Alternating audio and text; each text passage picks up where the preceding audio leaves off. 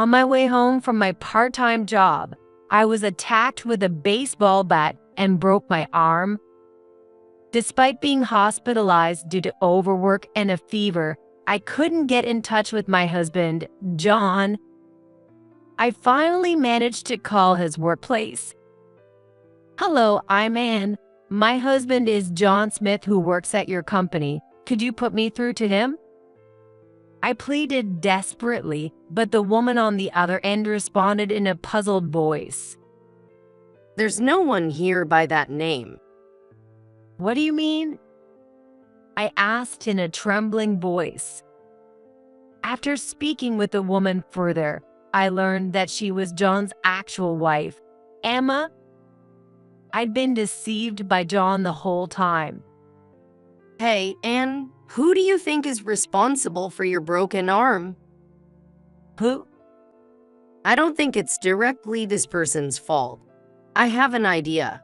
Could you hold off on telling the cops about this person and leave things to me for a bit?"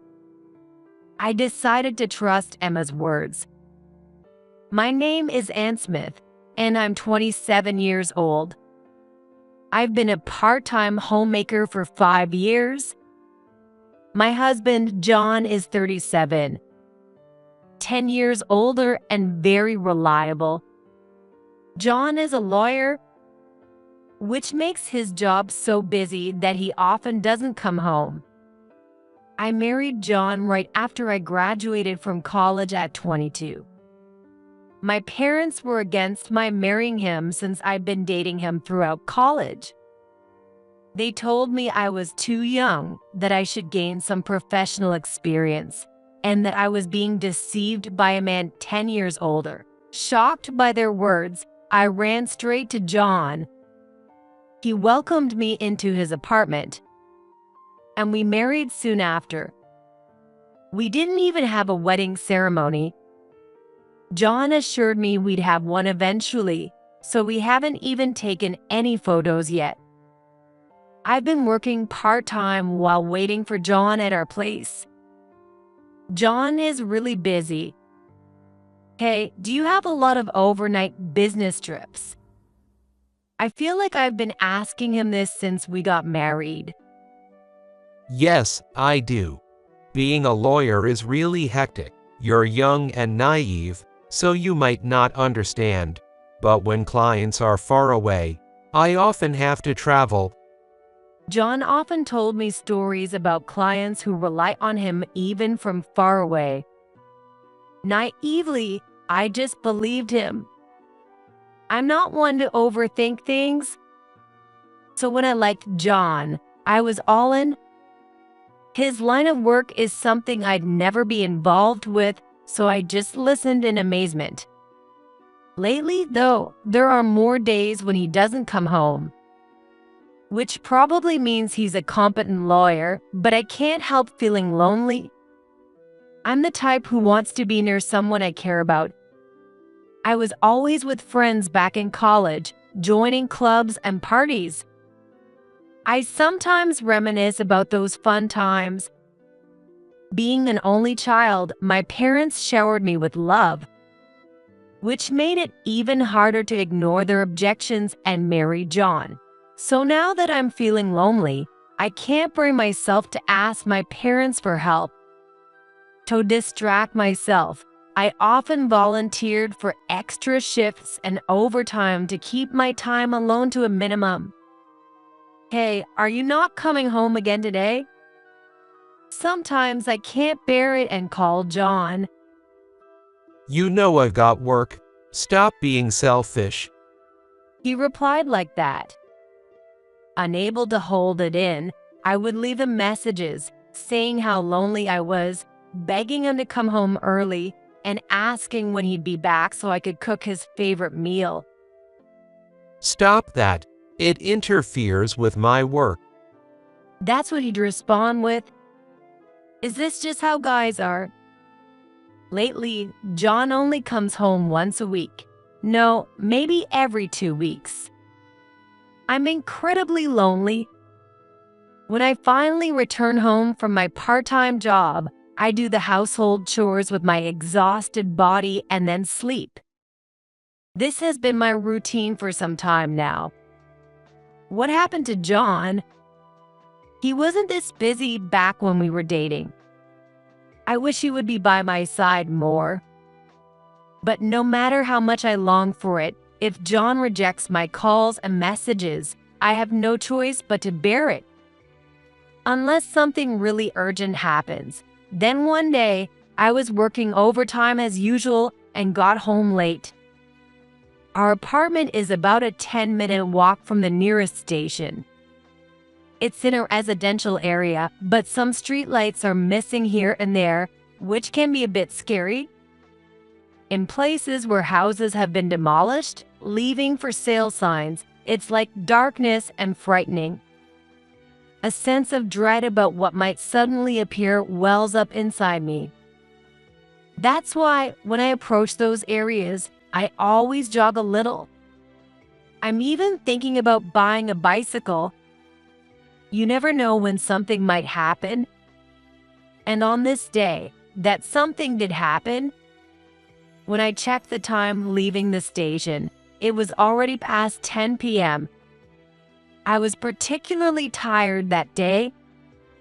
I work in the office of a factory, but sometimes when things get busy, I help out in the warehouse. When that happens, it's often physically demanding. Today, there was a report that the ordered products were wrong, so I went to the warehouse to check the inventory, repeatedly loading and unloading several boxes. I was also running around everywhere, coordinating with people out in the field. As a result, my feet and body were completely exhausted. I found myself dragging my heavy feet. That's when I sensed something. I felt a presence behind me. When I stopped, someone stopped. When I started walking, someone moved too. After repeating this a few times, I realized I was being followed. I had to escape, but my legs were too heavy and wouldn't move well. I tried to run, but my fatigued legs wouldn't carry me forward properly. Noticing my movements, the person following me ran toward me. Startled, I turned around. A small figure was raising something at me. I'm going to get hit. I instinctively protected my head with my left arm. Bang! A massive shock and pain shot through my elbow. I looked to see a bat striking my arm forcefully. I lost my balance and fell. My bag fell with me.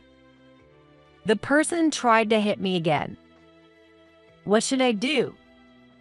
I can't afford to get hit repeatedly with something like this. In my panic, I reached for my smartphone, which had fallen out of my bag. In a blind frenzy, I pressed the camera shutter. The flash pierced into the attacker's eyes. With the lock screen on, only the flashlight and camera could respond immediately, but at that moment, I didn't care which one. I was desperate to blind the attacker for just a moment, frantically pressing my finger on the button. That's when I realized the person was a woman. No, I had a hunch. As she approached, a faint scent wafted over. It seemed to be her shampoo mixed with a familiar smell. The same scent as John. I muttered almost unconsciously. She threw down her bat and quickly ran away. The bat clanged as it rolled away. I stayed crouched there for a while, unable to move. Not only that, but my arm, which she hit, hurt terribly. Realizing this was serious, I fiddled with my phone and called the police in a shaky voice. I sat slumped on the ground until a police car and ambulance arrived. The police must have assessed the situation because they called for an ambulance as well.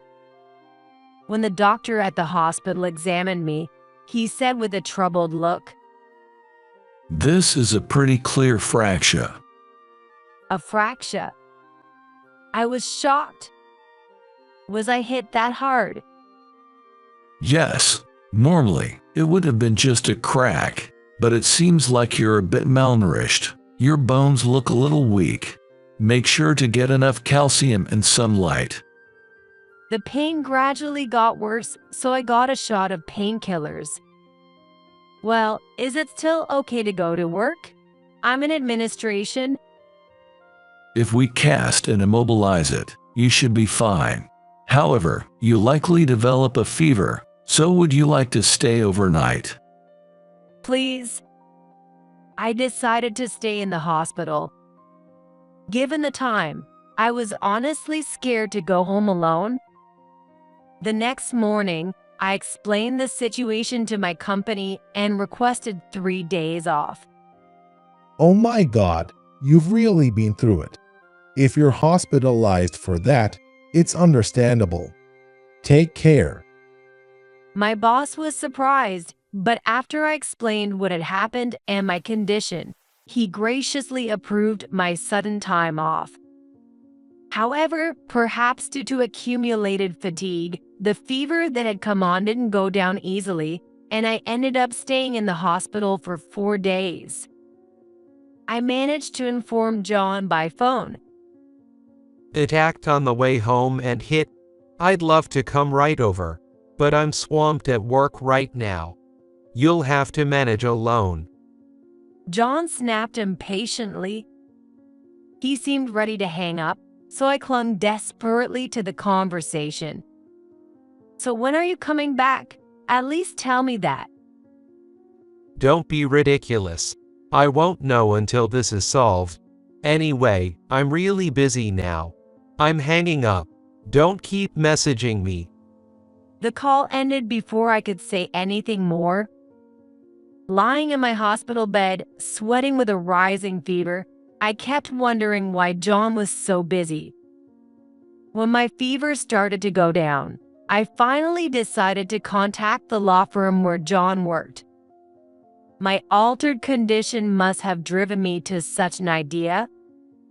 Even though my fever had subsided somewhat, I was still feeling the effects. But I didn't know the firm's phone number. So I searched for the name of the firm I heard about while we were dating and managed to find it. When I called, I heard a woman's voice. Hello? Thank you for calling Smith Law Firm. Hello, I'm Anne. My husband is John Smith, who works at your company. Could you put me through to him? I asked desperately, but the woman on the phone replied with a puzzled tone. I'm sorry. There is no such person. What? What do you mean? I continued, my voice trembling. I'm talking about John Smith. I'm his wife, Anne. The woman on the other end of the phone said in a somewhat low voice. Let's talk later. I'm Emma Smith. Could you please give me your phone number so I can call you back? It struck me as curious that she also had the Smith surname, but her calm voice made me respond without hesitation. And then 15 minutes later, she called me again. Hello, you said your name is Anne Smith. Yes, I'm John Smith's wife. Excuse me, but what's the name on your driver's license? Amy abruptly interrupted. The name on my driver's license. Yes, please tell me the name on license you have. Puzzled, I took out my license that I had just used recently. It's M. Williams. Oh, I see. Emma sighed deeply. Anne, listen carefully, okay? Like I said earlier, I'm Emma Smith, John Smith's wife. I'm his real wife. What do you mean? I reflexively asked, forgetting what she had said earlier. Calm down, Anne. First, I'd like to hear why you went out of your way to call this place. What exactly happened? Oh, I'm sorry. 2 nights ago, on my way home from work, I was attacked by a stranger with a bat and broke my arm. A stranger? I heard her gasp on the other end. I've got a fever now, so I'm in the hospital. I'm sorry. I think your husband and mine just have the same name. I'm really sorry for causing this confusion. No, it's okay. But is your arm going to be all right?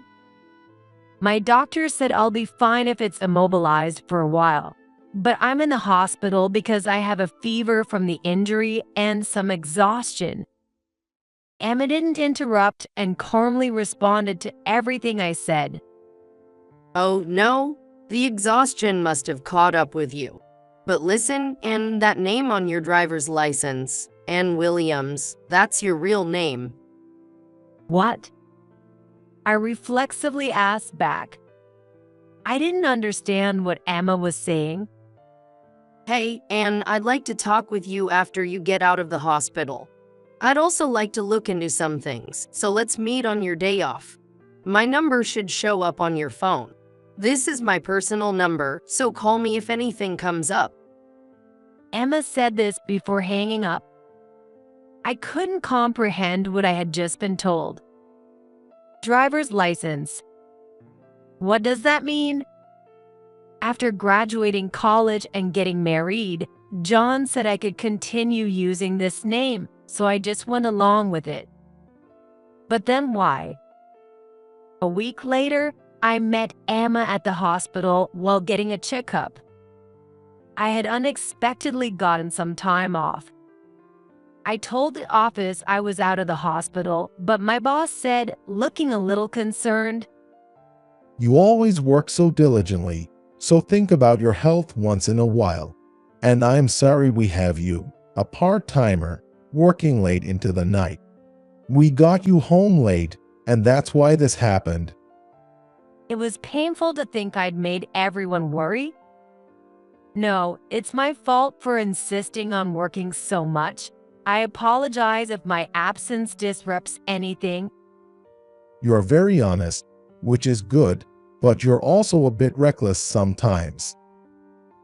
Yeah, Anne's a good person, but she makes me worry sometimes. Even my coworkers said things like that. So I decided to take 10 days off.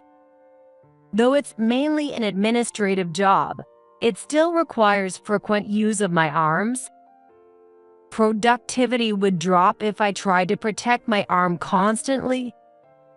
Besides, I'd accumulated quite a bit of paid leave. It was as good a time as any to use it up.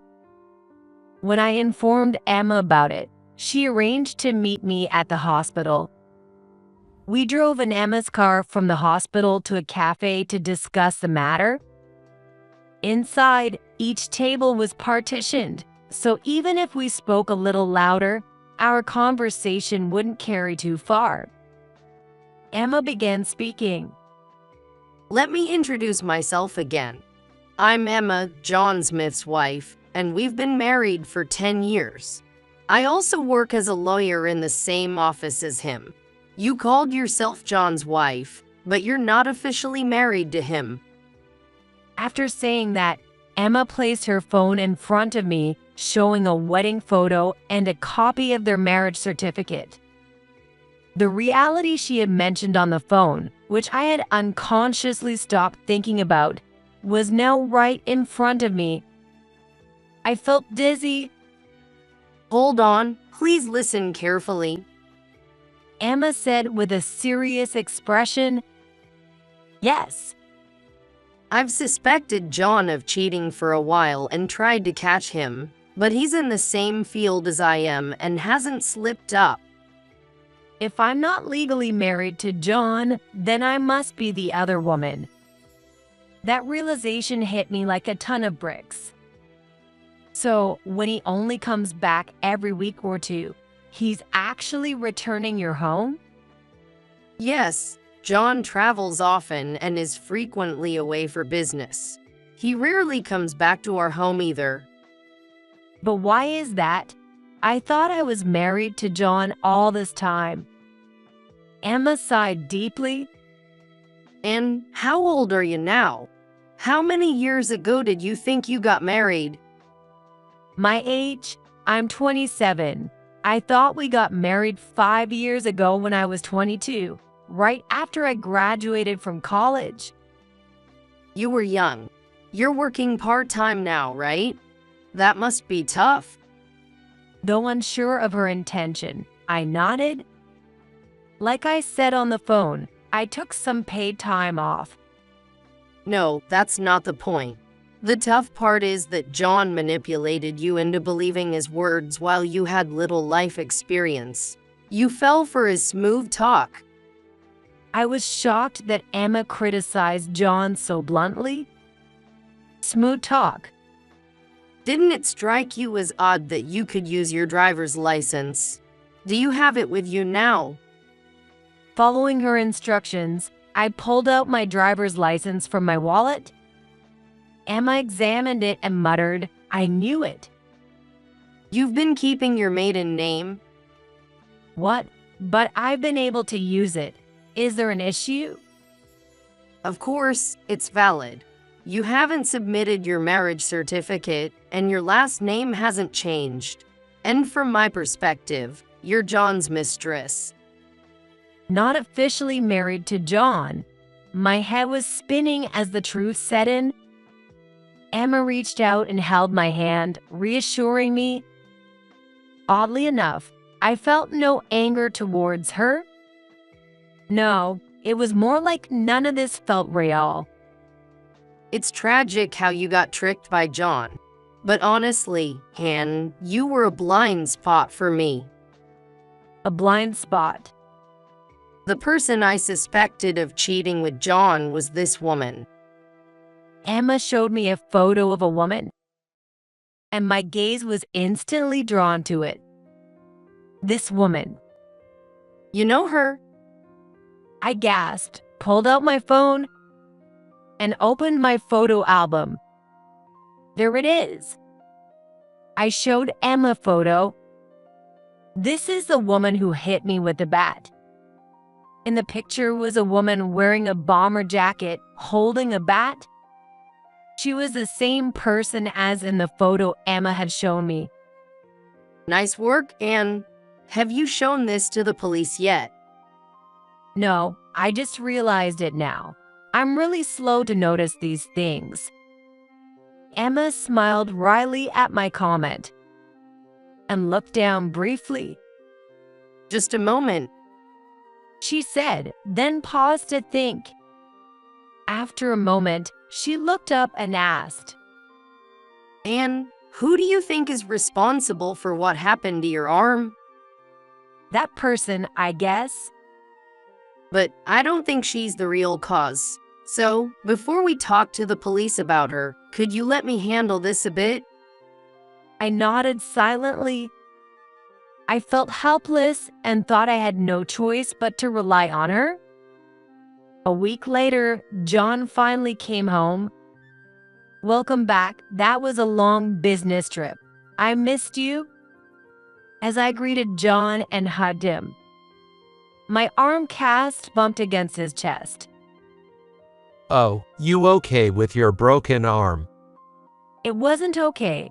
I thought about contacting you so many times. I tried to send messages, but I followed your instructions not to.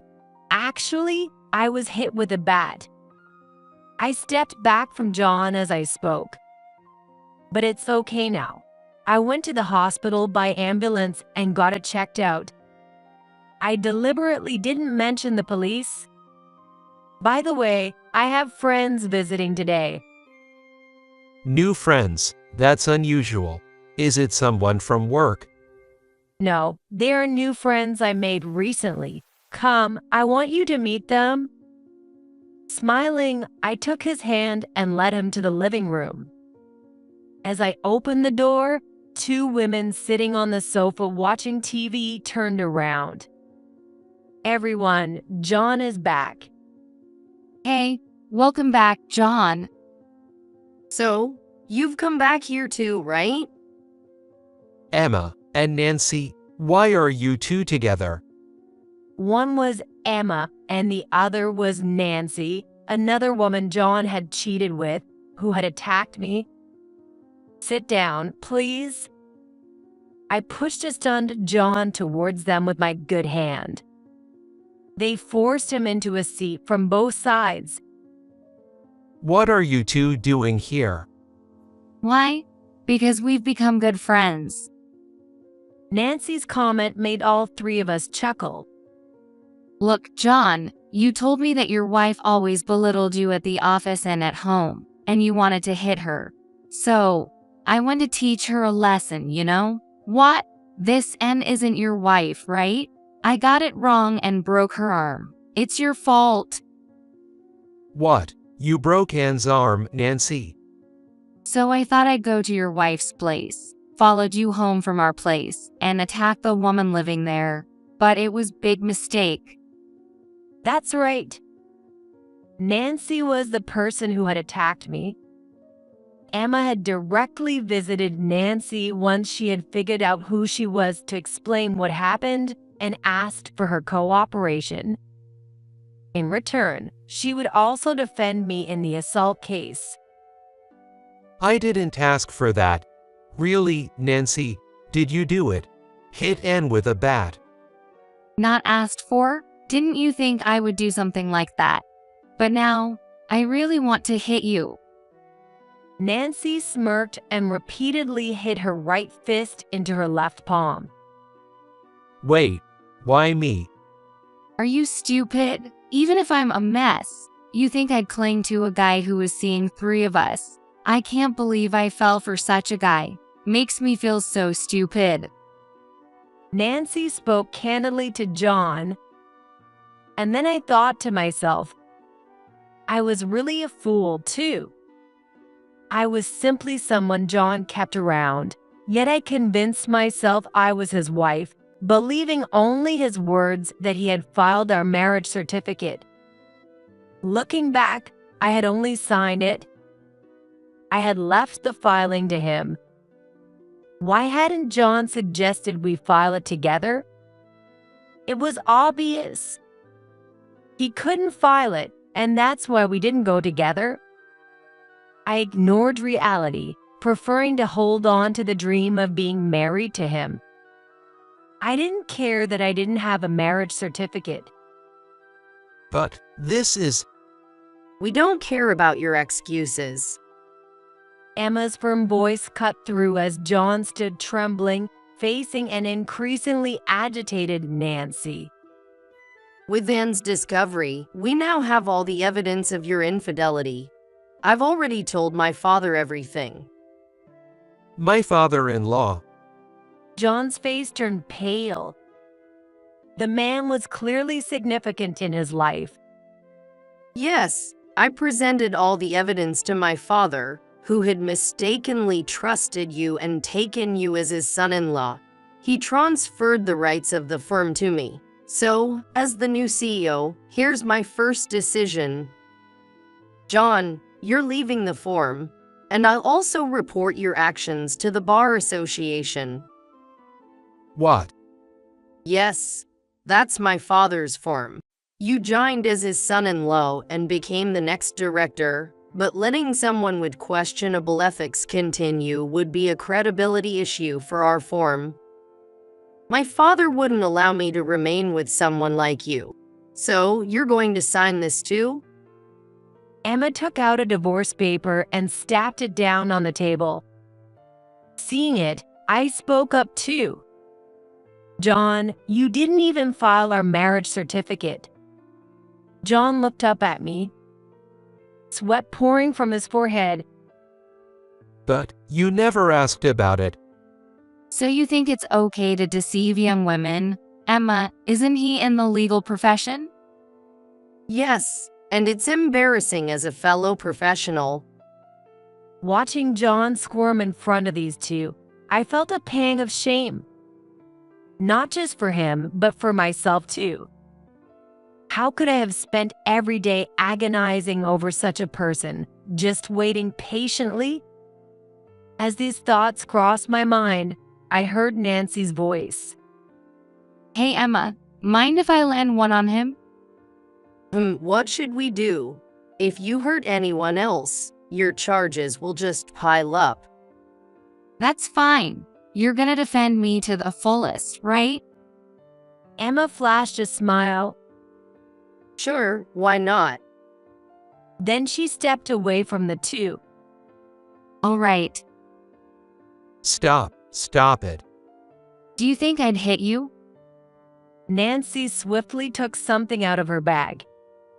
A red and yellow canned good that looked a little bloated. Emma then quietly approached and whispered to me. And as soon as Nancy throws that at John, we leave the house. What? As we exchanged those words, Nancy advanced towards John. Thanks for everything. This is my way of repaying you. Nancy threw the bloated can as hard as she could. It smacked against John with a dull thud and fell to the ground. Let's go. Emma ordered. We swiftly opened the living room door and headed for the front entrance. As we stepped out and closed the door, a loud scream echoed from inside. Oh no. Close the door now. The urgency in Emma's voice was clear. What exactly had Nancy thrown at John? Wow, it worked. Totally worth the $65. $65 for that can. Emma couldn't stop herself from laughing loudly too. Yeah, it costs that much because it's surströmming. Nancy added, noticing my confusion. People call it the world's smelliest canned food. It ferments at room temperature, which is why it bloats like that and eventually explodes. I always wanted to try it once. Never thought I'd throw it at him, though. And you made sure to leave it out at room temperature so it would explode, right? Amy asked through her laughter. That's why I told Anne to send her things to her family or somewhere else in advance. This place will probably be unusable for a month. Unusable? As soon as I heard that word, I couldn't help but laugh from the pit of my stomach. The image of John, who always tried to act cool, flashed in and out of my mind. All right, Emma, I'm gonna turn myself in. Come with me. Of course, whether you'll be charged or not is up for discussion, so Anne, you'll come too. Wait a minute. I asked the two to step back from the door a little. What are you doing? I took a deep breath, flung open the door, and shouted. It stinks. What's that smell? I won't live in this place anymore, and I'm never coming back. You've been lying to me this whole time, and I hate you. Slamming the door shut. My eyes watered from the strong smell leaking out. I coughed but laughed until tears ran down my cheeks. The three of us quickly headed to the police station. Still, I had already decided to settle. After all, Nancy was one of the victims of John's lies. I also felt a strange kinship with her for the way she acted toward the person who hit me with a bat. Maybe it sounds too naive. It's true. And I'm naive and too trusting, making me appear foolish. But right now, I feel a strong sense of solidarity with those who were deceived by the same man. And Nancy's way of getting revenge on John was just too funny. After hearing the story from Emma, she immediately apologized to me and promised to cover my medical expenses fully. Emma wouldn't charge us either. It was clear that I had been completely deceived, believing John's lies about being married and not knowing about his family. Basically, he just liked young women. Emma said after everything was settled. You started dating him in college, right? Did John offer to pay for things? No, I thought it was real love. I really cared about him. He probably exploited that. She sighed again. Still, being married to a guy like that was a mistake itself. By the way, the can exploded in that room, leaving behind a horrendous smell that kept John from appearing in public for a while. Of course, the room he had used to keep me locked up was rendered uninhabitable too. Emma later told me that even cleaning the place required a special crew and was very expensive. On top of that, she filed for divorce and demanded substantial compensation for his infidelity. And then there was the issue with the bar association that John let slip when Emma fired him. Reporting his actions to the association got him erased from their directory. I don't fully understand the details, but apparently lawyers can't work unless they're in the bar association. How will John manage these huge payments? It's not my concern, but losing the hard-earned license that must have taken so much effort to obtain, could John really be even dumber than me? Either way, the cost of what John did to us 3 women is high. I hope he learns his lesson. I returned home and am now preparing to find a new job once my arm heals. I quit my part-time job of 5 years to move back my parents' home after this ordeal. When I went to send my things to my parents' house, Emma came along to speak to my parents. She even connected me with some nearby law firms for potential job opportunities. So, I'm now preparing for job hunting. Incidentally, my parents had a rough idea of where I was and how I was living. All the official documents were delivered to my parents' address. They also received a notice of medical expenses, and my parents seemed to be worried about me. They were relieved to know that I hadn't suffered any major illnesses or injuries and hadn't had any children. In short, my parents were patiently waiting for me to wake up on my own. I really was naive. By the way, Emma, Nancy, and I created an online group to exchange messages. We also plan to celebrate with a dinner together once I find a new job. At that time, we intend to share a good laugh about John's current situation.